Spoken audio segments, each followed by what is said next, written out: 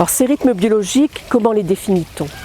On dit d'un événement qu'il est rythmé si cet événement se reproduit à l'identique en fonction d'une certaine périodicité.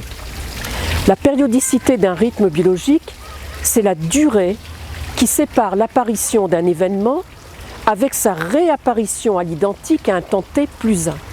Donc c'est cette durée t plus 1 qui correspond à la période du rythme qui sépare l'apparition et la réapparition du même événement. Il est très important de savoir si un événement est rythmé parce que cet événement devient alors prévisible. On sait ce qu'il sera puisqu'il sera identique au bout d'un temps t plus 1, au bout d'une certaine période.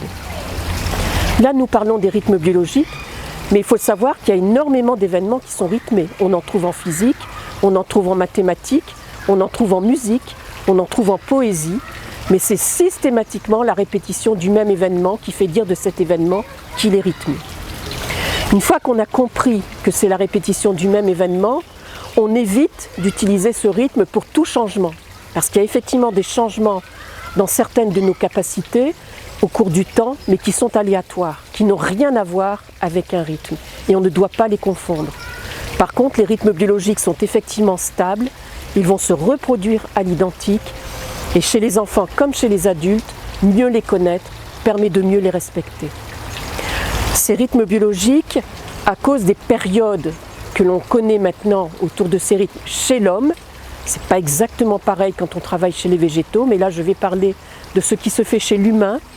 On a constaté que nous possédons 3 grandes catégories de rythmes en fonction de leurs périodes qui sont différentes. La première de ces catégories, c'est la catégorie des rythmes qu'on appelle circadiens.